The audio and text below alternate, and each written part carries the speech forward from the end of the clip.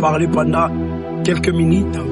Alors il y a un thème qui nous a été donné dès le premier jour de parler sur je bâtis comme un sage. Alléluia.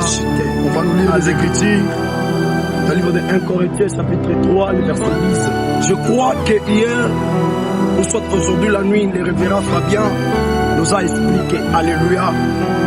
Et moi aussi je vais essayer un peu d'expliquer les pensées de Dieu au milieu de ses serviteurs. Alléluia. Alléluia. Amen. Beaucoup de personnes se demandent comment un homme comme apôtre Paul devait dire cela.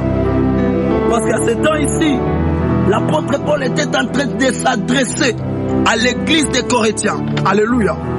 Alléluia. Amen. Alléluia. Il était en train de s'adresser à l'église des Corinthiens. Amen, amen. Alléluia. Amen. Donc l'église de Corinthe qui a été divisée.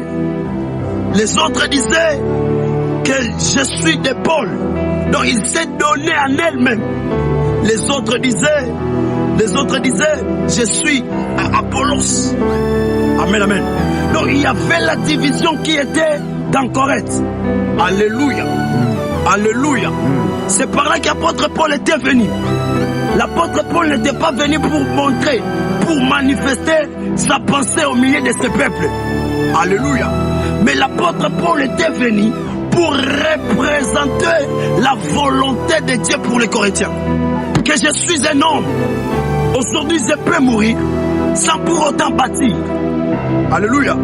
Aujourd'hui, on voit les hommes de Dieu qui croient que bâtir, c'est de bâtir un ministère, c'est de bâtir une église, c'est de bâtir une structure. Alléluia. Ce n'est pas ça de bâtir, ce n'est pas ça à bâtir. Là, je ne suis pas en train de bâtir. Là, je suis en train de détruire. Alléluia. Ce que Dieu nous demande ardemment, c'est de demeurer toujours dans sa présence.